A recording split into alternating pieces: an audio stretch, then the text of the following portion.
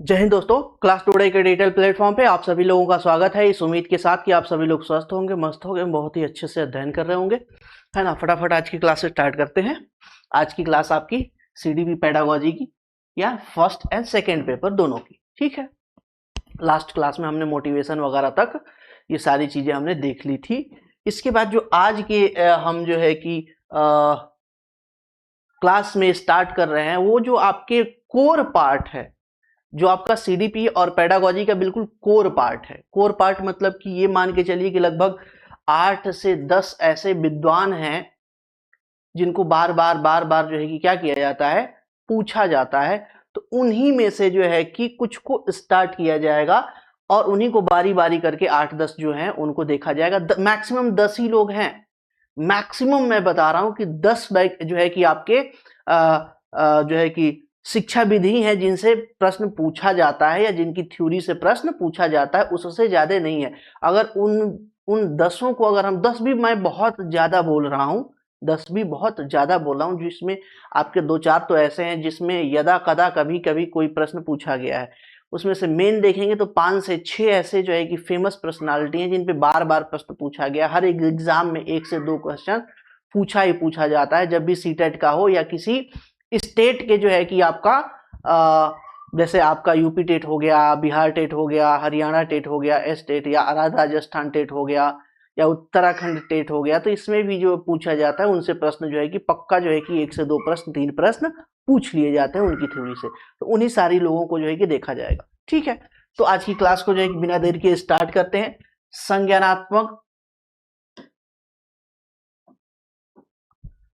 संज्ञानात्मक उपागम, cognitive approach. Cognitive development से जो है कि रिलेटेड है। ओवरऑल जो है कि शिक्षा के बारे में आपको ऑलरेडी बता चुका हूं कि हम शिक्षा का उद्देश्य क्या होता है, ऑलराउंड डेवलपमेंट होता है बच्चे। हालांकि जब आप संविधान वगैरह पढ़ते हैं ना, पॉलिटी वगैरह पढ़ते हैं, तो वहां पे भी देखेंगे कि स्पेशली जो है कि वहां पे टर्म थोड़ा सा अलग कर दिया गया है। बाकी जो है कि संविधान में भी इस चीज को मेंशन किया जाता है कि जब हम राइट टू इक्वलिटी पढ़ते हैं तो हमें बताया जाता है कि सभी व्यक्तियों के लिए सभी क्षेत्रों में विकास के लिए समान अवसर प्रदान किए जाएंगे। ये बात वहां पे स्पष्ट रूप से मेंशन की गई है, यानी कि सर्वांगीण विकास की बात वहां पे भी की गई है, ठीक है। जीन प्याजे द्वारा प्रतिपादित संज्ञानात्मक विकास सिद्धांत। जीन प्याजे बहुत ही फेमस पर्सनालिटी हैं और कभी भी आप सीटेट का एग्जाम देखेंगे या टेट का एग्जाम देखेंगे, कोई भी एग्जाम देखेंगे, उसमें से 2 से 3 प्रश्न आपको जीन प्याजे से मिल जाएंगे, पक्का श्योर इनके कॉन्सेप्ट से जो है कि मिलेंगे। इसका मतलब ये हुआ कि अभी जो हम टॉपिक देख रहे हैं, इस टॉपिक से हमको जब भी हम सीटेट में बैठेंगे या टेट में बैठेंगे जहां पे सीडीपी और पेडागोजी का प्रश्न आएगा, वहां 1 से 2 प्रश्न इस टॉपिक से आपको श्योर एंड सर्टेन मिल जाएंगे, ठीक है। फटाफट जो है कि स्टार्ट करते हैं। इसमें कहा क्या जा रहा है, जीन प्याजे ने विभिन्न आयु वर्ग के बच्चों के बीच संज्ञानात्मक विकास का एक व्यवस्थित अध्ययन किया और उन्होंने इसे विभिन्न विकास अवस्थाओं में वर्गित किया। अब इन्होंने क्या किया कि बहुत सारे जो है कि अलग अलग एज के बच्चों को लिया और अलग अलग एज के बच्चों को लेने के साथ साथ उनको क्रम वाइज, क्रोनोलॉजी से, कि किस एज से किस एज तक क्या डेवलपमेंट होता है, पूरी उसकी स्टडी की, उसका चार्ट बनाया और उसको चार्ट बनाने के बाद जो है कि स्पष्ट रूप से देखते हैं तो वह 4 पार्ट में बांटते हैं। जो बच्चे का डेवलपमेंट है, ऑल राउंड डेवलपमेंट है ना, कॉग्निटिव अप्रोच के अकॉर्डिंग जो बच्चे का डेवलपमेंट है, उस डेवलपमेंट को यह 4 स्टेजेज में बांटते हैं। और वो 4 स्टेजेज कौन कौन से हैं? संवेदी गामी अवस्था। संवेदी गामी अवस्था को इंद्रिय जनित अवस्था भी बोलते हैं। इंद्रिय जनित अवस्था इसलिए बोलते हैं ताकि बच्चे का जो ज्ञानार्जन होता है इसमें इंद्रियों के थ्रू होता है ना। ये आंख, कान, नाक, मुंह, है ना, हाथ पैर चला करके ये ज्ञानार्जन करने का काम करता है। अभी इसमें एक एक करके डिटेल में देखेंगे। ये क्या है? संवेदी गामक अवस्था। संवेदी गामक अवस्था किसे बोलते हैं? तो ये है आपकी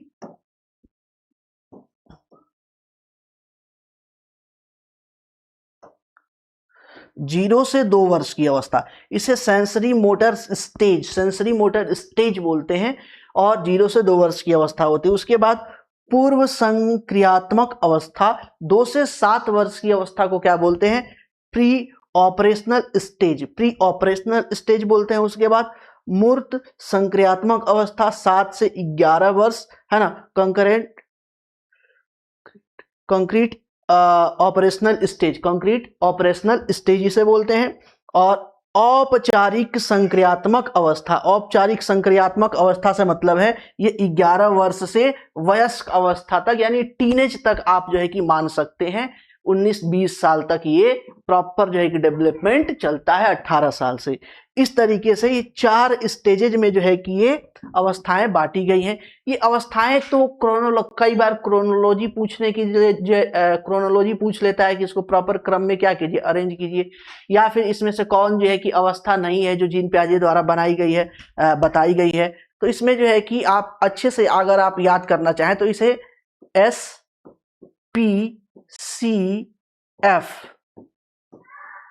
ये शॉर्ट फॉर्म में थोड़ा सा जो है कि SPCF इस तरीके से जो है कि आपके इंग्लिश के फॉर्मेट में इजी तरीके से याद रख सकते हैं, है ना। नहीं तो संवेदी, पूर्व जो है कि संक्रियात्मक, मूर्त संक्रियात्मक और औपचारिक, औपचारिक, ये 4 जो है कि अवस्थाएं हैं। तो इसको जैसे आप याद करना चाहते हैं याद कर लीजिए, क्योंकि ये बार बार पूछा जाता है। नेक्स्ट आगे चलते हैं। जीन पियाजे के अनुसार, जीन पियाजे कहते हैं कि जो बच्चा है, बच्चे के आसपास जो भी जो है कि उसका परिवेश है, परिवेश, उस परिवेश से अंतःक्रिया करता है, और उस अंतःक्रिया के माध्यम से ही क्या करता है, अंतःक्रिया के माध्यम से ही बच्चा ज्ञानार्जन करता है, ज्ञान प्राप्त करता है। पियाजे 4 कारकों पे, अब ये अंतःक्रिया करने के लिए 4 कारक को ये निर्धारित करते हैं, जैसे जैविक परिपक्वता है, जैविक परिपक्वता, सक्रिय अन्वेषण, सामाजिक अनुभव, संतुलन की पहचान। ये 4 ऐसे कारक हैं। अब बच्चा जब जो है कि परिवेश में अन्वेषण का मतलब हो गया खोजबीन करना। बच्चा क्या कर रहा है, खोजबीन कर रहा है। तो खोजबीन करने के दौरान उससे 4 ऐसे फैक्टर हैं जो उसके लर्निंग प्रोसेस को इंपैक्ट करते हैं, यानी सीखने की जो प्रक्रिया है, सीखने की प्रक्रिया को प्रभावित करते हैं। जैविक परिपक्वता यानी कि बच्चे की एज कितनी है, ठीक है। सक्रिय अन्वेषण कितनी, देखिए अब जितनी अच्छी उसकी एज होगी, अच्छी एज का मतलब जितने ज्यादा एज का होगा उतना ही ज्यादा क्या होगा, एक्टिव होगा, उतने ही ज्यादा मल्टी जो है सेंसरी ऑर्गन का यूज कर पाएगा। सामाजिक अनुभव उसके पास कितना है ना। और उसके बाद संतुलन की पहचान, ये 4 फैक्टर क्या करते हैं, उसको अफेक्ट करते हैं। Children develop an understanding of being the by interacting with the surrounding environment, और जिस इन्वायरमेंट में बच्चा सबसे पहले कदम रखता है, या आप ऐसे कह सकते हैं कि वो इन्वायरमेंट, वो परिवेश जिसका बच्चा आदी होता है, उस परिवेश को बोला जाता है मदर इन्वायरमेंट। क्या बोलते हैं, मदर इन्वायरमेंट। जिस भी इन्वायरमेंट के का जो है कि बच्चा फ्रेंडली हो जाता है, उस इन्वायरमेंट को बच्चे के लिए मदर इन्वायरमेंट की संज्ञा दी जाती है। अतः इन सभी संदर्भों में हम कह सकते हैं कि संज्ञानात्मक विकास के लिए परिवेश का सक्रिय अन्वेषण आवश्यक है। सक्रिय अन्वेषण क्या है, आवश्यक है। यानी ये जितने भी ये 4 स्टेजेज बताए हैं, इसमें जो है कि जीन पियाजे जी एक बात पे बहुत विशेष रूप से फोकस करते हैं, और वो बात ये है कि बच्चा परिवेश पे कंप्लीट रूप से जो है कि डिपेंड होता है और उसी से ज्ञानार्जन करता है। यानी परिवेश की बहुत महत्वपूर्ण भूमिका होती है, और उसमें खोजबीन के द्वारा ही बच्चा क्या होता है, सीखता है। जैसे आप कभी किसी छोटे बच्चे को लेकर मार्केट निकल जाए, जैसे वो बच्चा आपका 2 साल का है, थोड़ा थोड़ा बोलना जानता है ना, ये क्या है, ये कैसा है, ये मम्मी है, पापा है, दादा है, दादी है, इस तरीके से बच्चा थोड़ा सा एक सेंटेंस छोटा बनाने आ जाता है बच्चे को, यानी 2 साल या 2 साल से ऊपर का बच्चा हो जाता है। उस बच्चे को जब आप घर से लेके निकलेंगे ना बाहर टहलाने के लिए, तो वो जिस भी चीज को बच्चा देखता है, उससे जो है कि उसके अंदर जानने की जिज्ञासा होती है। जो कुछ भी देखेगा पूछेगा ये क्या है, फिर पूछेगा ये क्या है। पहला जो सवाल होता है बच्चे का ये क्या है, फिर होता है क्यों है, ऐसा क्यों है, कैसे है, फिर तीसरे स्टेज में आता है कैसे है। तो बच्चा प्रश्न करता रहता है, जिस भी चीज को देखेगा बोलेगा ये क्या है, अंकल ये क्या है, डैडा ये क्या है, मम्मी ये क्या है, दीदी ये क्या है। हर एक बात की तरफ, हर एक चीज की तरफ वो इशारा करके बार बार बार बार क्या करेगा, पूछेगा। कहने का मतलब ये है कि बच्चा एक तरीके से अपनी जिज्ञासा को तृप्त करने के लिए अन्वेषण की प्रक्रिया वहीं से शुरू कर देता है। अन्वेषण की प्रक्रिया, खोजबीन की प्रक्रिया वहीं से शुरू कर देता है। हालांकि इससे पहले भी देखेंगे कि बच्चा जो आपका 0 से 2 वर्ष की अवस्था में होता है वहां पे भी ये काम जो है करना शुरू कर देता है। इन्वायरमेंट के साथ जो है कि इंटरेक्शन शुरू कर देता है ना। अब जैसे जैसे आगे बढ़ेंगे वैसे वैसे देखा जाए संवेदी प्रेरक अवस्था, है ना। संवेदी प्रेरक अवस्था 2 से जो है कि 0 से 2 वर्ष। शिशु संवेदी अनुभवों द्वारा शारीरिक क्रियाओं के साथ समन्वय करते हुए संसार का अन्वेषण करता है। ये वो स्टेज है जब बच्चा बैठने लगता है।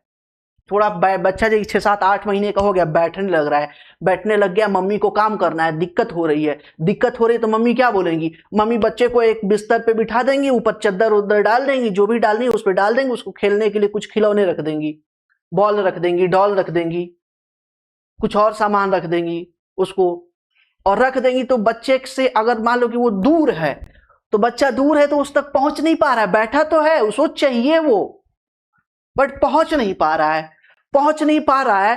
तो अब इंटरेक्शन करेगा कैसे, वो जो है कि वहां तक पहुंच नहीं पा रहा है, उसमें सक्षम नहीं है। तो वो जो चद्दर है, जो भी वो बेडशीट पड़ा हुआ है जिसपे बैठा हुआ उसी पे खिलौना, उसको पकड़ के बच्चा अपने तरफ खींचेगा जोर से, और जोर से खींच करके उस खिलौने को क्या कर लेगा, प्राप्त कर लेगा। तो ये भी एक तरीके से बच्चे का क्या है, अन्वेषण है। वो जो है कि इस चीज को जान चुका है कि अगर किसी चीज तक हम चल के नहीं पहुंच सकते हैं तो उसको हम खींच कर भी प्राप्त कर सकते हैं अपने जो है कि मनोरंजन के लिए, अपने उपयोग के लिए। ठीक है, तो इस तरीके से बच्चे का जो है कि इंटरेक्शन देखने को मिलता है। आगे देखते हैं इसको, हालांकि आगे चल के डिटेल में मैंने जो है कि बताया, बट थोड़ा सा यहाँ पे है तो देख लेते। 2 से 7 वर्ष की अवस्था, प्रतीकात्मक विकास विकसित हो जाता है, वस्तु अस्थायित्व होने लगता है। यानी कि कभी कभी बच्चा जो है क्या करता है, जब 2 से 7 साल में इंटर करता है तो बच्चे में जो उसके पूर्व ज्ञान है वो धीरे धीरे अस्थायित्व को प्राप्त होने लगते हैं। बच्चा वस्तु के विभिन्न भौतिक गुणों को समन्वित नहीं कर पाता। अभी यहाँ पे बच्चे जो है कि अलग अलग गुणों को समन्वित नहीं कर पाता है, लेकिन अस्थायित्व होना शुरू हो जाता है। जैसे क्या हुआ, बच्चा जो है कि खेल रहा है, अभी छोटा है, साल भर का बच्चा है, खेल रहा है, घर में खेल रहा है, बिल्ली आई, मम्मी ने बोला बच्चा म्याऊं, देखो बिल्ली है, बिल्ली मासी आ गई, बिल्ली मासी आ गई, बिल्ली मासी आ गई। बच्चे के माइंड में एक छवि बन गई, ये तो बिल्ली है, मम्मी बता रही है। वही बच्चा जब बड़ा हो गया तो एक कुत्ते के पिल्ले को देखा, पपी को देखा, बोला कि मम्मी ये देखो, ये बिल्ली जा रही है। उसमें अभी इतना सेंस नहीं है कि बिल्ली और पप्पी दोनों क्या है, अलग है। या बकरी का बच्चा है छोटा सा, उस मेमना है, उसको देख रहा है, बोला कि मम्मी बिल्ली जा रही है। मम्मी बोली बेटा बिल्ली नहीं है, ये क्या है, ये पप्पी है, ये जो है कि कुत्ते का बच्चा है, ये बकरी का बच्चा है, मेमना है, दोनों अलग अलग हैं। तब जाके बच्चे में क्या होगा, भौतिक गुणों का समन्वित होगा। अच्छा, फिर जो है कि बच्चा ध्यान देता है, अच्छा जो है कि जो बिल्ली है, बिल्ली के कान थोड़े खड़े होते हैं, बिल्ली के सामने मुंह थोड़ा सा गोल सा होता है, उसमें थोड़े से बाल निकले होते हैं, उसको कलर थोड़ा अलग होता है। अच्छा, मेमने का बच्चा का कलर अलग होता है, उसके कान खड़े नहीं होते, उसके मुंह पे मूछें नहीं होती हैं, है ना। अगर पिल्ला है तो देखेगा कि पिल्ले का जो है कि टेल लंबी है जो है कि, और बिल्ली की छोटी है, उसका कलर चेंज है, उसका मुंह जो है कि बिल्ली का गोल है, पपी का गोल नहीं है। तो इस तरीके से ये बच्चा धीरे धीरे क्या करेगा, अब समन्वित, यहाँ पे भौतिक गुणों का समन्वित नहीं कर पाता है, धीरे धीरे करना शुरू करता है। ठीक है। मूर्त संक्रियात्मक अवस्था, बच्चा मूर्त घटनाओं के संबंध में युक्ति संगत तर्क कर सकता है। यानी कि मूर्त घटनाएं। मूर्त घटनाएं का मतलब ये हुआ है कि बच्चा जो अपने आंख से देख के अनुभव कर सकता है, ऐसी घटनाएं, जिन घटनाओं को बच्चा अपने आंखों से देख रहा है, उसे प्रत्यक्ष रूप से उसका साक्षी बन रहा है, उसके सामने घटित हो रही हैं, उसे देख करके उसमें तर्क करना शुरू कर देता है, वस्तुओं को विभिन्न समूहों में वर्गीकृत करना शुरू कर देता है। यानी कि 7 वर्ष से जैसे जैसे आगे बढ़ता है, अब वो खुद ही सेल्फ से ही बच्चों को जो वस्तुएं हैं, जो चीजें वो दिख रही हैं, उन्हें अलग अलग अलग अलग कैटेगराइज करना, वर्गीकृत करना शुरू कर देता है।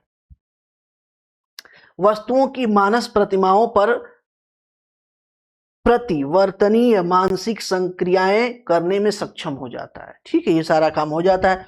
औपचारिक में क्या होता है, 11 से 15 अवस्था या टीनेजर आप क्या कह लीजिए, किशोर तर्क जो है कि अनुप्रयोग करना लगता है। जो अमूर्त चीजें हैं, जो चीजें उसे नहीं दिख रही हैं प्रत्यक्ष रूप से, उनमें भी सोचना शुरू कर देता है, तर्क करना शुरू कर देता है, आदर्श का निर्माण करना शुरू करता है, परिकल्पनात्मक चिंतन शुरू कर देता है। यही वो एज है जहां पे माना कि, मैथ में होता है माना कि x रुपया था, माना कि x रुपया खर्च किया, माना कि y रुपया खर्च किया, ये अब जो है कि मानने वाला काम यहां पे बच्चा शुरू कर देता है। ठीक है, अब यहाँ पे थोड़ा डिटेल में, थोड़ा सा मैं डिटेल में बता रखा है। अब ये पहला है यहाँ पे, है ना, पहला संवेदी या इंद्रिय जनित ज्ञान की अवस्था। यहाँ बच्चे जन्म से ठीक 2 वर्ष तक की अवस्था है। यहाँ पे इंद्रिय अंग शिक्षक होता है। इंद्रिय अंग शिक्षक होता है का मतलब क्या हो गया, इंद्रिय अंग शिक्षक होता है का मतलब क्या होता है, बच्चे जो कि हाथ पैर चला करके उसे क्या करता है, अनुभव करता है। ठीक है, और उसी के अकॉर्डिंग क्या करता है, वो रिफ्लेक्शन करता है, प्रतिवर्त क्रियाएं करता है। प्रतिवर्त क्रियाएं रिफ्लेक्शन करता है। जैसे मान लीजिए वो बाथरूम कर दिया, सुसु कर दिया, उसका पैंट गीला हो गया, तो अब वो बता तो पाएगा नहीं, बता नहीं पाएगा, तो वो जोर जोर से हाथ पैर मारने लगेगा, या फिर थोड़ा सा चिड़चिड़ाने लगेगा, या फिर चिल्लाने लगेगा। बहुत सारे बच्चे, छोटे बच्चे ऐसे होते हैं, जब वो लैट्रिन बाथरूम कर देते हैं, जो है कि चूंकि बोल तो सकते नहीं और उठ के कहीं जा नहीं सकते, तो सोए सोए बैठे बैठे उनको करना है, तो जब कर देते हैं तो कई बार क्या होता है, बच्चे अपना अपना सिग्नल देना शुरू कर देते, जोर से चिल्लाना या चिघड़ना या चिड़चिड़ाना शुरू कर देते। फिर मॉम्स जो भी होती हैं, मम्मी जितनी भी होती हैं, सबको समझ में आ जाता है उनका इंडिया, अच्छा ये ऐसे क्यों चिल्ला रहा है, चिड़चिड़ा क्यों रहा है, लग रहा है कि सुसु किया है, जोर से रो रहा है, अच्छा लग रहा है पोटी किया है। ये चीजें उनके माइंड में जो है कि बनना शुरू हो जाती हैं।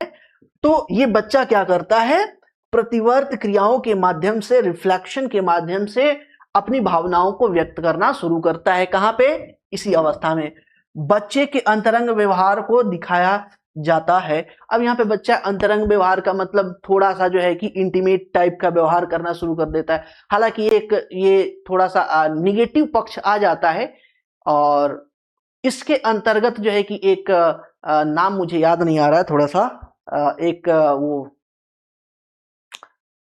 शिक्षाविद थे, उन्होंने कहा था कि ये इंटीमेशन जो है कि जो माँ बच्चे को फीडिंग कराती है, जो दूध पिलाती है, ये भी एक तरीके से इंटीमेशन का ही सिंबल है। तो इसलिए ये बात यहाँ पे थोड़ी सी जोड़ दी जाती है। हालांकि इस चीज को बहुत ज्यादा पॉजिटिव नहीं लिया जाता है ना, इसको बहुत ज्यादा पॉजिटिव नहीं लिया जाता है। ठीक है, दूसरा पूर्व संक्रियात्मक अवस्था। पूर्व संक्रियात्मक अवस्था यह 2 वर्ष से लेकर 7 वर्ष तक की अवस्था है। इस अवस्था में बच्चे कई स्तर में बदलाव दिखाई देता है, कई स्तर में बदलाव दिखाई देता है। ये सारी बातें जो है कि यहाँ पे फटाफट देख लेते हैं। ठीक है,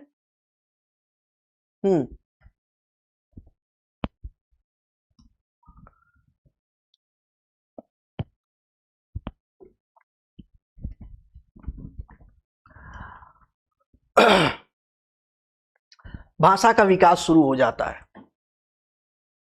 हालांकि भाषा का विकास या बच्चों को स्पष्ट रूप से भाषा की विकास कहें तो 2 वर्ष के बाद ही शुरू होता है। हालांकि 2 वर्ष से पहले ही बहुत सारे जो बच्चे होते हैं वो 1 साल या आप कह लीजिए कि 15 महीने के बाद ही, 18 महीने के बाद ही वह तुतलाना जो है कि बोलना जो है कि शब्दों का प्रयोग करना जो है कि शुरू कर देते हैं। पापा, मम्मा, दादा, पाम। हालांकि वो स्पष्ट रूप से नहीं बोल पाते हैं, स्पष्ट रूप से नहीं बोल पाते। जैसे लाइट है तो लाइट को जो है कि लाइट ना बोल के 9 बोल देंगे, 9। आपने बोला लाइन, वो बोलेंगे 9, है ना। वो आप बोलोगे पानी, वो बोलेंगे प्याम, पाम। आप बोलोगे दूध, वो बोलोगे दुद्धू। तो वो उनकी अपनी भाषा विकास जो है कि शुरू हो जाता है 2 साल से पहले ही। बच्चों का जो भाषा विकास है, भाषा विकास 2 साल से पहले शुरू हो जाता है, उनकी अपनी शब्दावली बनने लगती है। और वो एक ऐसी शब्दावली होती है जो अधिकांश जो है कि परिस्थितियों में उनकी माता ही समझ पाती हैं। क्यों? क्योंकि माता ही बच्चे के साथ ज्यादा समय तक रहती हैं। वो उनका एक अपना भावनात्मक लगाव होता है। सामान्य परिस्थितियों की मैं बात कर रहा हूं। सामान्य परिस्थितियों में माता का बच्चे के साथ एक जो है कि बहुत स्ट्रांग बॉन्ड होता है, एक भावनात्मक बहुत अच्छा लगाव होता है। हालांकि आज की माताओं की बात करें तो वो अलग बात है ना। आज की बहुत सारी माताएं हैं जिनका बच्चों के साथ जो है कि बहुत ज्यादा कुछ लगाव नहीं है, लेकिन वो अपवाद स्वरूप है, वो अपवाद स्वरूप है। ठीक है, चलो अब इसमें बहुत ज्यादा डिस्कशन है, आगे चलते हैं यार। हो गया, भाषा विकास शुरू हो जाता है 2 साल के बाद। प्रॉपर बच्चा जो है कि अब छोटे छोटे सेंटेंस जो है कि बोलना शुरू कर देता है, घर वाले भी बताना शुरू कर देते हैं, उसके शब्दों को सही करना शुरू कर देते हैं, उच्चारण वगैरह जो है कि उसे सही कराना शुरू कर देते हैं, करेक्ट करना शुरू कर देते हैं। अब दिक्कत यह है कि बच्चा जब तुतुला के बोलता है ना, थोड़ी गलती करके बोलता है ना, तो जो पेरेंट्स हैं, जो दादा दादी हैं, जो फैमिली मेंबर हैं, जो घर वाले हैं, उनको आनंद की अनुभूति होती है कि मेरा बच्चा बोलने लगा। वो गलत बोल रहा है, सही बोल रहा है, वो सही उच्चारण कर रहा है, मैटर नहीं करता है। बस उनको लगता है कि हाँ मेरा बच्चा बोलने लगा, पा बोल दिया मेरा बच्चा, बहुत बढ़िया। बहुत सारे बच्चे पापा को पा बोल देते हैं, पानी को पा बोल देते हैं, है ना। तो ये उनकी शब्दावली के अकॉर्डिंग हम यहाँ पे सारी चीजें शुरू हो जाती हैं। एक बच्चे में अपरिवर्तनीयता की क्षमता विकसित होती है, यानी कि अब यहां से बच्चे में जो है कि क्या होता है, उसकी अवधारणाएं बनना शुरू हो जाती हैं और वो अस्थाई होती चली जाती हैं। और जब अस्थाई होती चली जाती हैं, जैसे आपका जो है कि घड़ा है, घड़े को शेप तभी तक दे सकती हैं, तभी तक दे सकते हैं जब तक वो अभी गीला है। जबकि 2 वर्ष के बाद बच्चा जो है कि सूखना, जैसे घड़ा सूखना शुरू कर देता है, उसमें चीजें अस्थाई होनी शुरू हो जाती हैं, वैसे ही 2 वर्ष के बाद बच्चे का जो मानसिक संतुलन है, जो सोच है, जो अवधारणा है, वह धीरे धीरे धीरे धीरे ड्राई होती, अस्थाई होती हुए चली जाती है। सोच अहम केंद्रित होता है। अहम केंद्रित का मतलब यह होता है कि बच्चे को लगता है कि अब बच्चा देखता है, आसमान में देखता है, इधर उधर दौड़ता है, भागता है, 2 साल का हो गया है, दौड़ना चलना उसे आ गया है, आगे चला, देख रहा है कि ये सब तो सामान पीछे जा रहा है, वो मम्मी मेरे से पीछे आ रही हैं, इधर से भैया जो है कि, और इधर से पापा, इधर से दादा, इधर से दादी, इधर से बुआ पकड़ने आ रहा है, सब कोई जो है कि क्या कर रहा है, हमारे आ रहा है, हमारे तरफ ही आ रहा है। तो उसमें एक थोड़ा सा अहम का भाव आ जाता है, उसे लगता है कि सबके जो है कि मनोरंजन का केंद्र मैं ही हूं, सबसे ज्यादा इंपॉर्टेंट मैं ही हूं, और सारे लोग मेरे से ही कनेक्टेड हैं। इस तरीके की उसमें एक भावना जो है कि आ जाती है। ठीक है, जीवनवाद का विकास होता है। जीवनवाद का विकास होता है मतलब कि जीव, निर्जीव, सजीव के बारे में थोड़ा थोड़ा उसे अब जानना जो है कि यहाँ पे पता चल जाता है। अच्छा, ये जो है कि पहले बच्चा जब रोता था, पहले बच्चा जब गिरा, 2 साल का पहला जब बच्चा चलना शुरू किया, गिर गया, रोने लगा, मामा ने बोला अच्छा चोट लगी, मारो इसको, मारो इसको, मारो मारो मारो इसको, इससे चोट लग गई है, इससे चोट लग गई है, इसको भी मारो, इसको भी मारो, इसको भी मारो। बच्चा चुप हो जाता है कि अच्छा इससे में जो है कि चोट लगी है, मामा ने इसे मारा, मामा मेरे लिए फिक्र करती है, उसे जो है कि फीलिंग होती है ये सारी चीजों का, खुश हो जाता है बच्चा, हंसने लगता है। उसको तो बाद में धीरे धीरे पता चलता है ना कि मम्मा जिसको मार रही है ना वो मेरी तरह है ही नहीं, वो तो निर्जीव चीज है, सजीव है ही नहीं, उसे चोट ही नहीं लगती है।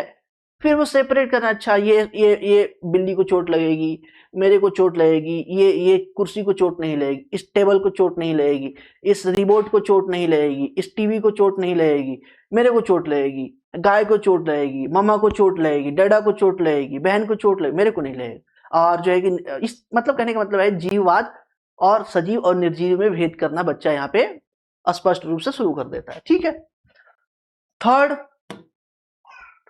Concrete operational stage. या मूर्त संक्रियात्मक अवस्था, ये 7 से 11 वर्ष के बच्चों के लिए है ना। During the concrete operational stage, 7 से 11 वर्ष, many challenges are observed in the child such age, बहुत सारे यहाँ पे चैलेंजेस बच्चे में जो है कि देखने को मिलता है, जैसे प्रतिवर्तिता, रिवर्सिबिलिटी। अब ये वो बच्चा है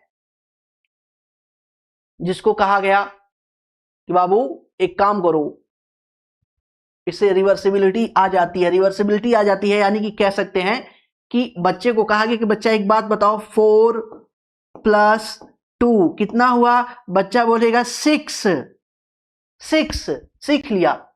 इसके बाद क्या कि अच्छा अब उल्टा बताओ, अब 6 में से 2 माइनस किए तो कितना हुआ? 4। अच्छा 6 में से 4 माइनस किए तो कितना हुआ? 2। यानी इस तरीके से बच्चा जो है कि रिवर्सिबिलिटी जो है कि उसके अंदर जो है कि आ जाती है, चीजों को जो है कि और थोड़ा सा विस्तृत तरीके से सोचना शुरू कर देता है। आप कह सकते हैं कि बच्चा विस्तृत तरीके से सोचना, अपसारी चिंतन करने, विचार बदल सकता है ना। संरक्षण, संबंध, वर्गीकरण, ये सारी चीजें जो है कि अब उसे बच्चे को क्या होता है, समझ में आने लगता है। संरक्षण समझ में आने लगता है, मतलब क्या हुआ? मतलब ये हुआ, मान लो बच्चा घर में कहीं घूम रहा है, गलती से उससे कोई चीज गिर के टूट गई, दीदी का या भाई का या बुआ का, किसी भी चीज का कोई सामान जो है क्या हुआ, गिर के टूट गया तो बच्चा बहुत धड़ल्ले से भागेगा तो मॉम के पीछे जाके छिप जाएगा, दादी के पीछे जाके छिप जाएगा, दादा के पास जाके बैठ जाएगा। क्यों? उसे लगता है कि मॉम मुझे बचा लेगी, दादी मुझे किसी को कुछ करने नहीं देंगी, दादा मेरे को कुछ होने नहीं देंगे।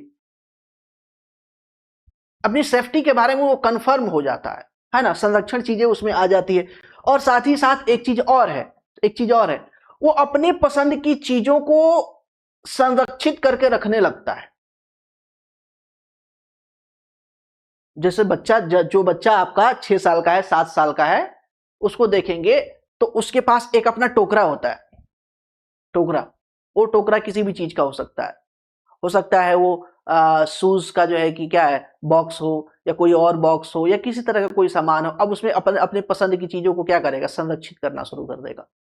तो ये दोनों भाव उसके अंदर जो है कि आ जाता है। यहाँ पे बच्चा सामान्य तौर पे जो है कि चीजें शुरू कर, अब उसकी पसंद कुछ भी हो सकती है। हो सकता है कोई बेकार पेन हो, कोई खिलौना हो, कोई अट्रैक्टिव से देखने वाला पत्थर हो, कोई और चीज हो, कोई डॉल हो, कुछ भी हो, मतलब वो उसे रखना शुरू कर देगा, है ना, संरक्षित करना शुरू कर देगा। संबंध उसे समझ में आने लगता है क्लियरली, ये मेरे मॉम है, डैड है, माता पिता, दादा दादी, भाई बहन, ये पड़ोसी हैं, पड़ोसी मेरे बहुत ज्यादा फिक्र नहीं करते, मेरे घर वाले ज्यादा फिक्र करते हैं। अच्छा पड़ोसी 1-2 बार चॉकलेट दे दी, अच्छा ये वाला पड़ोसी अच्छा है। ये सारी चीजें जो कि समझ में आने लगती है, वर्गीकरण करना शुरू कर देता है। ये फैमिली वाले हैं, ये पड़ोसी है, ये मेरे दोस्त हैं, ये वो लोग हैं जिनका मेरे घर से नहीं बनता है। ये सारी चीजें बच्चे के अंदर जो है कि मानसिकता में अब जो है कि व्यवस्थित होना शुरू हो जाती है। ठीक है। तर्क मानचित्रण, लॉजिकल मैपिंग, यह इस अवस्था में एक बच्चे में शुरू होता है। इसलिए वे समस्या का विश्लेषण करते हैं, फिर इसके बारे में गहन रूप से सोचते हैं और फिर निष्कर्ष निकालते हैं। यानी कि समस्या समाधान, छोटी छोटी समस्याओं का समाधान करना तर्क मानचित्रण के द्वारा इसी एज में, किस एज में, तो आपके मूर्त संक्रियात्मक अवस्था, तीसरी अवस्था में बच्चों में शुरू हो जाता है। ठीक है। आगे औपचारिक संक्रियात्मक अवस्था, ये 11 से जो है कि वर्ष से अधिक आयु, या 15 कह लीजिए, 18 कह लीजिए कि अवस्था के आरंभ तक बच्चे के लिए एक अवस्था है। इस अवस्था में होने वाले परिवर्तन कौन कौन से हैं, तो देखेंगे तो प्रकल्पनात्मक, निगमनात्मक जो है कि तर्क शुरू हो जाता है। प्रकल्पनात्मक मतलब हाइपोथेटिकल जो है कि सोचना शुरू कर देते हैं। हाइपोथेटिकल सोचना शुरू कर देते हैं।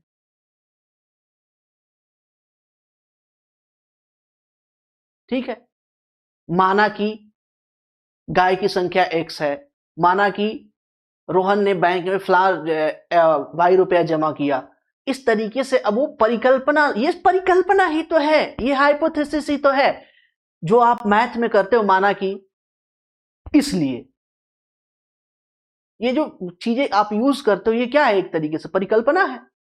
हाँ, ये बात है कि वो परिकल्पना की प्रारंभिक अवस्था है। तो प्रारंभिक अवस्था है तो बहुत ज्यादा जटिलता नहीं आती है, लोगों को लगता है ये तो सामान्य प्रक्रिया, जबकि सामान्य प्रक्रिया नहीं, यह एक तरीके से क्या है, हाइपोथेटिकल जो है कि प्रोसेस है, हाइपोथेटिकल प्रोसेस है। इसमें हाइपोथेसिस जो है करना बच्चा शुरू कर देता है। ठीक है,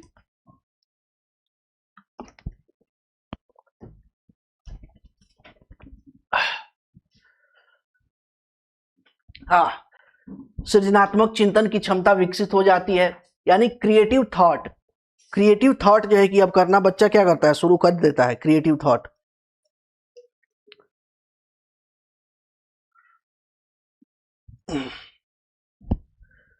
क्रिएटिव थॉट,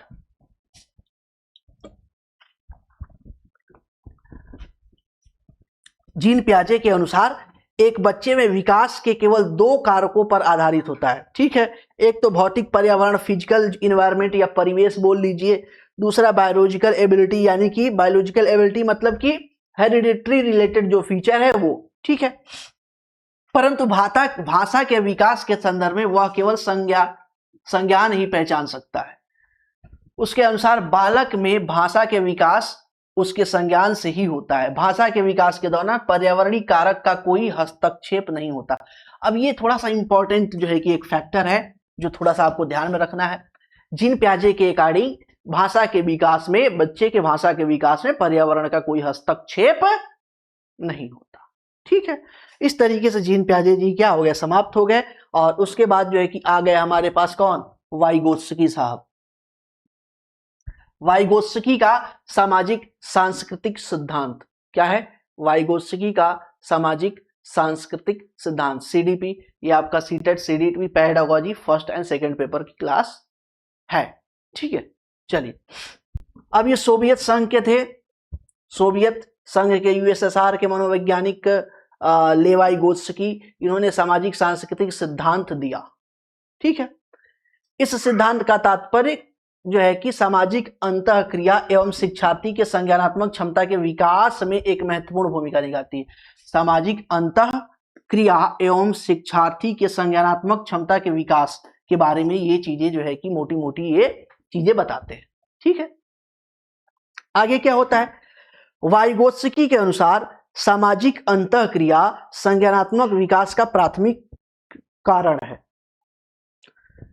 कहने का मतलब यह है, ये कहते हैं कि ये जो सामाजिक अंतःक्रिया है, अब देखिए बच्चा भी प्याजे में भी देखा तो प्याजे भी एक तरीके से यही बात कर रहे थे ना कि बच्चा क्या कर रहा है, परिवेश से में अन्वेषण कर रहा है, खोजबीन कर रहा है, वो भी तो एक तरीके से क्या है, अंतःक्रिया ही है, अंतःक्रिया ही। यही बात ये भी बोलते हैं और बोलते हैं कि संज्ञानात्मक विकास का ये क्या है, प्राथमिक चरण है। बिल्कुल प्याजे भी इस चीज को मानते हैं, इसी चीज को दूसरे शब्दों में बोलते हैं।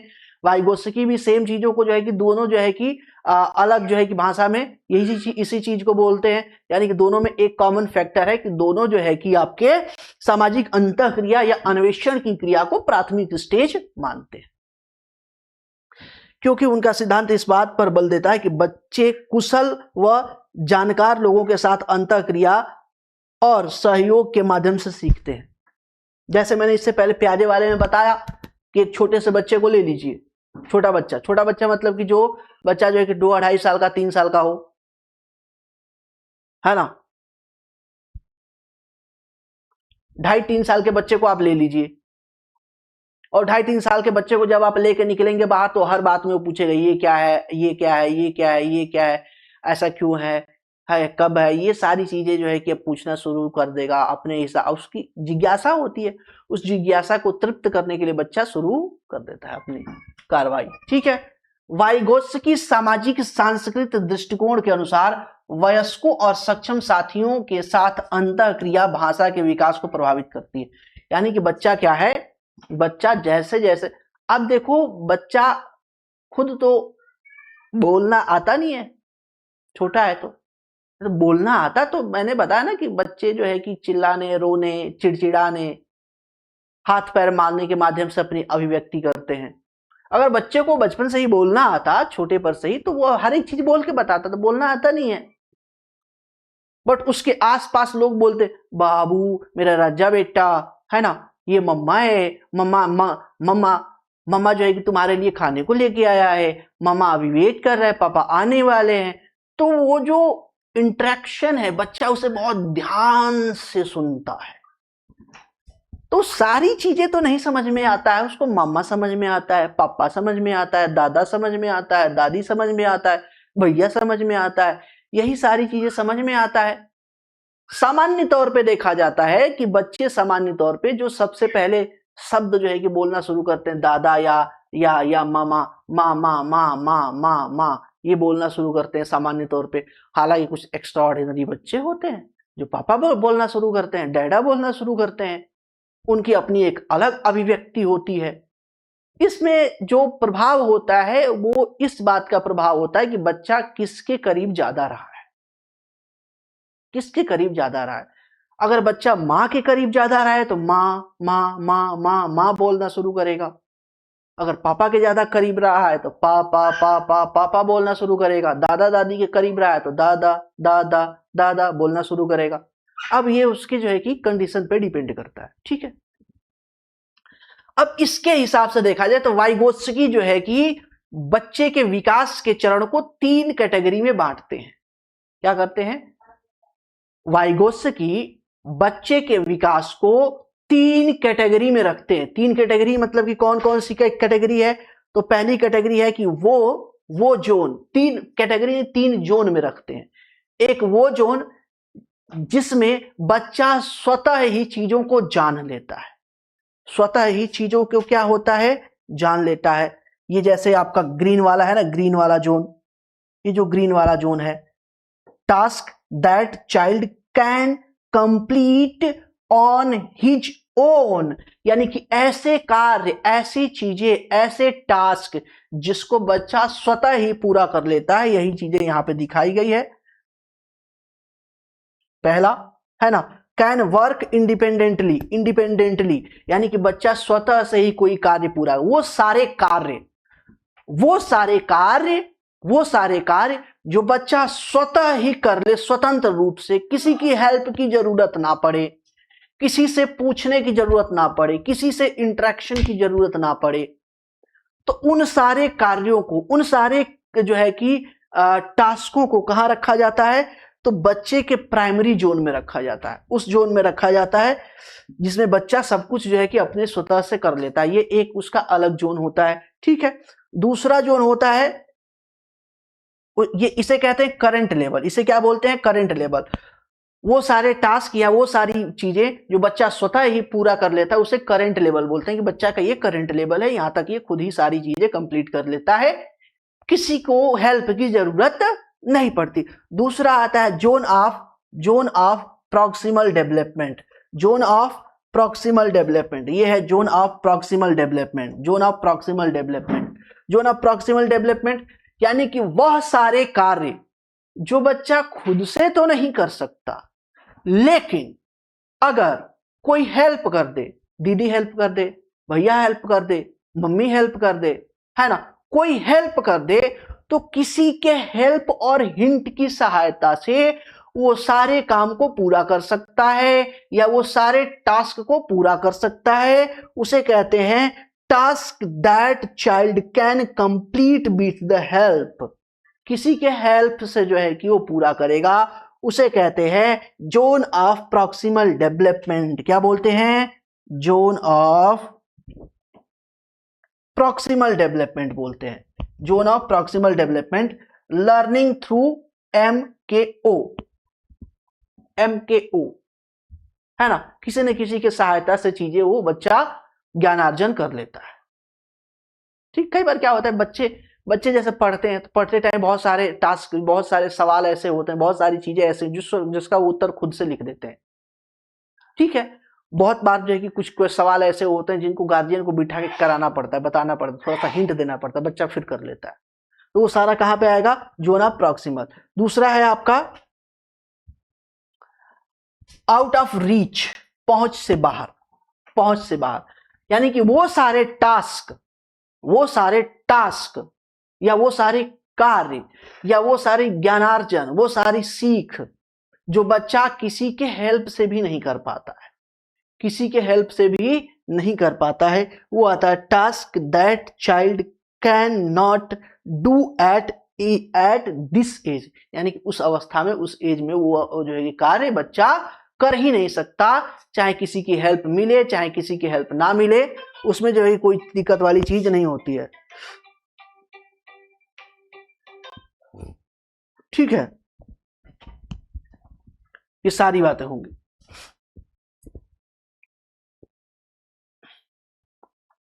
आगे देखते हैं नेक्स्ट।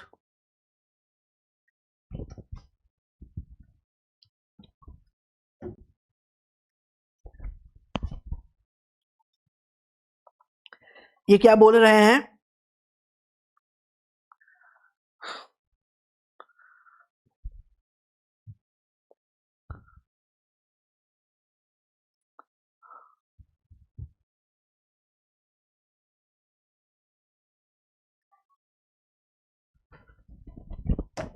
क्या बोल रहे हैं? सामाजिक और सांस्कृतिक अनुभवों के माध्यम से ज्ञान प्राप्त करता है। वाइगोत्स्की क्या बताते हैं कि बच्चा जो है कि बच्चे का ज्ञानार्जन कैसे होता है? तो बच्चे का ज्ञानार्जन सामाजिक और सांस्कृतिक अनुभवों के माध्यम से होता है। जब बच्चा साथियों, वयस्कों के साथ अंतःक्रिया कर रहा होता है तो वह अपने सांस्कृतिक मूल्यों, विश्वासों, रीति रिवाजों और भाषा को सीखता है। यानी कि अंतःक्रिया के माध्यम से जो आपके कह लीजिए कि कल्चरल वैल्यूज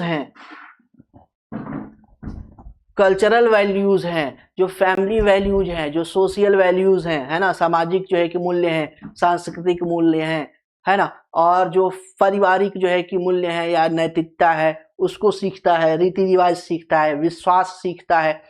अब जैसा उसकी सांस्कृतिक पृष्ठभूमि होगी वैसे ही बच्चे का विश्वास होगा, वैसे ही बच्चे की फेथ होगी, वैसे ही बच्चे की क्या आइडियोलॉजी बनेगी, वैसे ही सारी चीजें सेम टू सेम डेवलप होगा। ठीक है।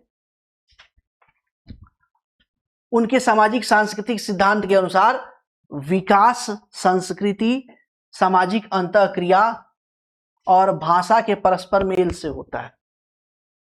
यानी वाइगोत्स्की के अनुसार जो विकास है, विकास संस्कृति, सामाजिक अंतःक्रिया और भाषा के परस्पर मेल से होता है।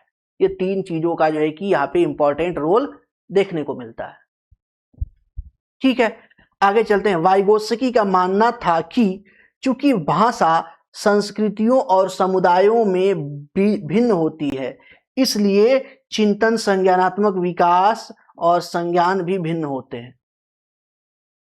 वाइगोत्स्की के अनुसार क्या है कि चिंतन या संज्ञानात्मक विकास, संज्ञान भी भिन्न भिन्न होते हैं, क्योंकि भिन्न भिन्न जो है कि पृष्ठभूमि होती है। जैसे सांस्कृतिक पृष्ठभूमि होगी वैसा ही उसका जो है कि चिंतन होगा, संज्ञानात्मक विकास होगा। ये ऑलरेडी मैं आपको बता चुका हूं और यहाँ पे बहुत ज्यादा यहाँ पे डिटेल में मैं बात नहीं करना चाहता। चलो आगे चलते हैं। भाषा न केवल दूसरों के साथ अंतःक्रिया के लिए आवश्यक है, यह सामाजिक सांस्कृतिक परिवेश में मानसिक प्रक्रियाओं के विकास का भी एक महत्वपूर्ण पहलू है। ठीक है, जरूरी है, क्योंकि भाषा ही नहीं आएगा तो विकास क्या होगा? बाधित होगा। इसलिए भाषा क्या है? जरूरी। एक कक्षा में विविध भाषाई पृष्ठभूमि के बच्चों के साथ, जैसे मान लीजिए कई बार ये पूछा जाता है, इस तरह का क्वेश्चन पूछा जाता है कि एक जो है कि क्लास में एक आप टीचर हैं और आपके क्लास में एक से ज्यादा भाषा बोलने वाले जो ये क्या हैं, एक से ज्यादा भाषा बोलने वाले भाषाई पृष्ठभूमि के बच्चे हैं, तो उनके प्रति आपका दृष्टिकोण क्या होगा, ये सारी चीजें क्या होंगी, ये पूछा जाता है। तो इसी में बात की जा रही है कि एक कक्षा में विविध भाषाई पृष्ठभूमि के बच्चों के साथ एक शिक्षक के लिए यह महत्वपूर्ण हो जाता है कि उन विधियों को समझे जिससे बच्चे धीरे धीरे दूसरी भाषा सीख सकें। ये बहुत क्या होता है, जरूरी होता है। यानी कि इंटरेक्शन होगा तभी तो होगा ना।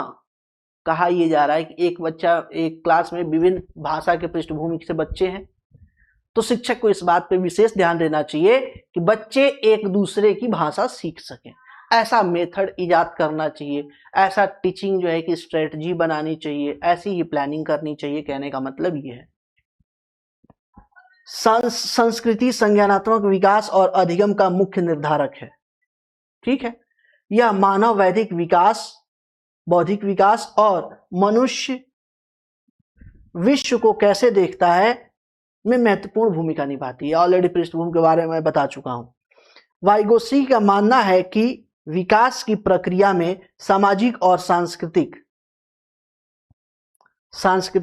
प्रथाएं, परिवार, कार्य आदि जो है कि क्रियाएं क्या है, महत्वपूर्ण है।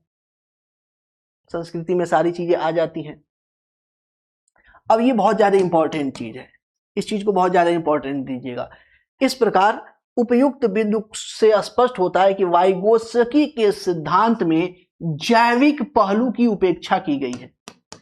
ये बहुत इंपॉर्टेंट फैक्ट है, इस चीज को याद रखिएगा।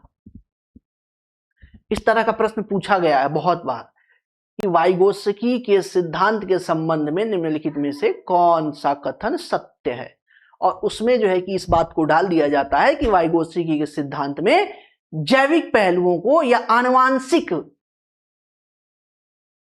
आनुवांशिक जो है कि पहलुओं की उपेक्षा की गई है।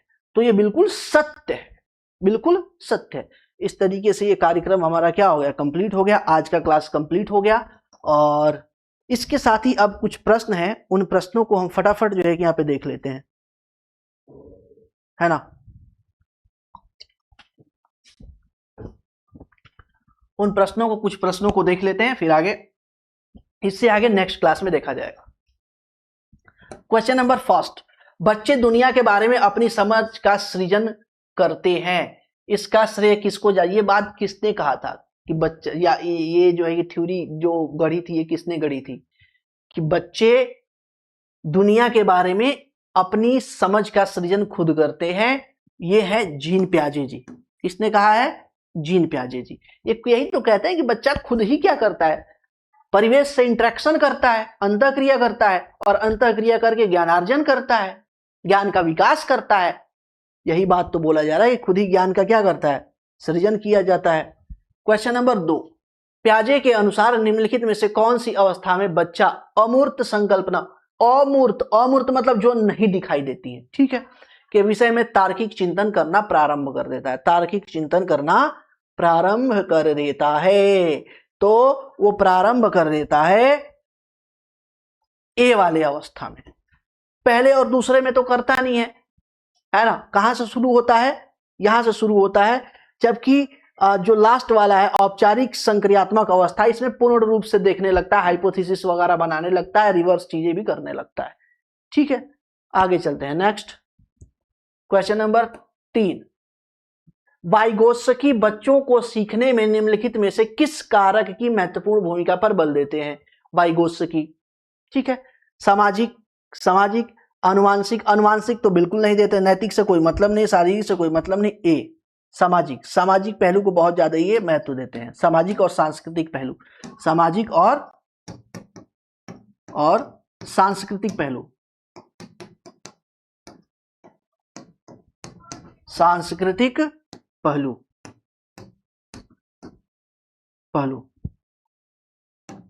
ठीक है, नेक्स्ट क्वेश्चन नंबर 4, एक शिक्षिका अपने शिक्षार्थियों की इस रूप में सहायता करना चाहती है कि वे एक स्थिति के अनेक दृष्टिकोण की सराहना कर सके। यानी अब सारी चिंतन की बात हो रही है। वह विभिन्न समूहों में एक स्थिति पर वाद विवाद करने के लिए अवसर उपलब्ध कराती है। वाइगोत्स्की के परिप्रेक्ष्य के अनुसार उसे शिक्षार्थी भिन्न दृष्टिकोण को करेंगे और अपने तरीके से, या फिर वैकेंट है, से उस परिस्थिति के अनेक परिप्रेक्ष्य विकसित करेंगे। अब यहाँ पे क्या है, क्या करेंगे, दृष्टिकोण को क्या करेंगे, तर्कसंगत करेंगे, नहीं तर्कसंगत नहीं करेंगे, निर्माण करेंगे, मतलब ठीक है कंस्ट्रक्शन मान सकते हैं, संकरीकरण, ये जो है कि नहीं होगा। जो करेक्ट है वो है आत्मसात करेंगे। क्या करेंगे? आत्मसात करेंगे, आत्मसात। Next question number 5। 1 वर्ष तक के शिशु जब आंख कान हाथ से सोचते हैं, मैंने बताया था ना 2 वर्ष में कि बच्चा क्या करता है, हाथ कान, आंख कान नाक मुंह हाथ पैर से क्या करता है, प्रतिक्रिया करता है, उसी के अकॉर्डिंग एक्ट करता है, उसी के अकॉर्डिंग सोचता है, सब सारा काम उसी के अकॉर्डिंग होता है। तो निम्नलिखित में से कौन सा स्तर शामिल है ना, कौन सा स्तर शामिल है? तो स्त्री जनित इंद्रिय जनित, सॉरी इंद्रिय जनित या संवेदी जो है कि अवस्था। ऑप्शन नंबर सी हो गया करेक्ट। Next question number 6। बच्चों के बारे में निम्नलिखित कथनों में से किस कथन में वाइगोत्स्की सहमत होते हैं? अब इसमें कथन पूछा जा रहा है, कौन सा कथन है जिससे वाइगोत्स्की सहमत है? बच्चे तब सीखते हैं जब उनके लिए आकर्षण पुरस्कार की तो वाइगोत्स्की कहीं बात ही नहीं किए हैं।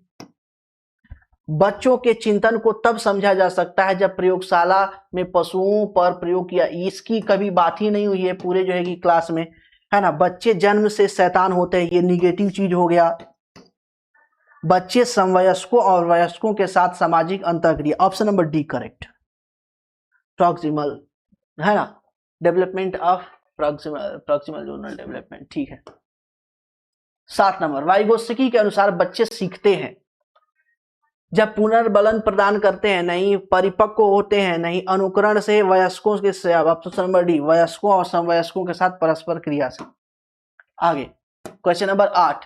निम्नलिखित में से कौन सा एक आधारभूत सहायता का उदाहरण है? आधारभूत सहायता, आधारभूत सहायता का उदाहरण है अनुबोधन तथा संकेत देना तथा नाजुक स्थितियों पर प्रश्न पूछना, शिक्षार्थियों को प्रेरित करने वाले भाषण देना। ये तो थोड़ा सा बहुत गड़बड़ चीज हो गई, है ना। प्रश्न पूछने को बढ़ावा दिए बिना, प्रश्न पूछने की बढ़ावा दिए बिना, निगेटिव हो गया। मूर्त और अमूर्त दोनों प्रकार के उपहार देना, ये ऑप्शन नंबर ए करेक्ट है, ए करेक्ट है, ए। चलिए नेक्स्ट चलते हैं क्वेश्चन नंबर 9। जीन पियाजे के अनुसार अधिगम के लिए निम्नलिखित में से क्या आवश्यक है?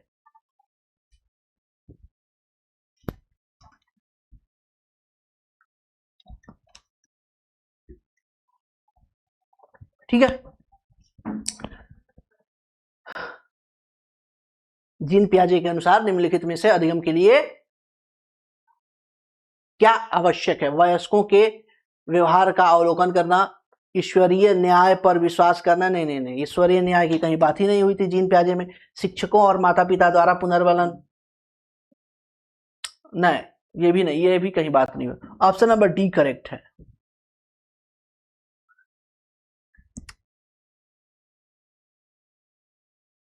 शिक्षार्थियों द्वारा पर्यावरण की सक्रिय खोजबीन करना, डी करेक्ट है, डी। ठीक है, आगे चलते हैं नेक्स्ट क्वेश्चन नंबर 9। निम्नलिखित में से कौन सा कथन पियाजे के सिद्धांत के अनुसार कहा नहीं जा सकता? बच्चे अपने पर्यावरण में सक्रिय रहते हैं, बिल्कुल सक्रिय रहते हैं, सही बात है। विकास गुणात्मक चरणों में होता है, ये कहीं बात किए ही नहीं है। ऑप्शन नंबर बी करेक्ट होगा। ये कहीं जो है कि पियाजे साहब बात ही नहीं किए। ठीक है, तो इस तरह की आज की क्लास जो है कि स्टार्ट हो गई, यानी कि कंप्लीट हो गई। और इसके बाद जो है कि इसमें 1-2 क्लास और होंगी जिसमें हम पूरा जो है कि आपके मनोवैज्ञानिक जो भी सिद्धांत हैं शिक्षाविदों का, उन्हें हम डिटेल से अच्छे से कवर कर लेंगे। ठीक है, तो आज के क्लास में इतना ही, मिलते हैं आपसे नेक्स्ट क्लास में। आज के लिए धन्यवाद।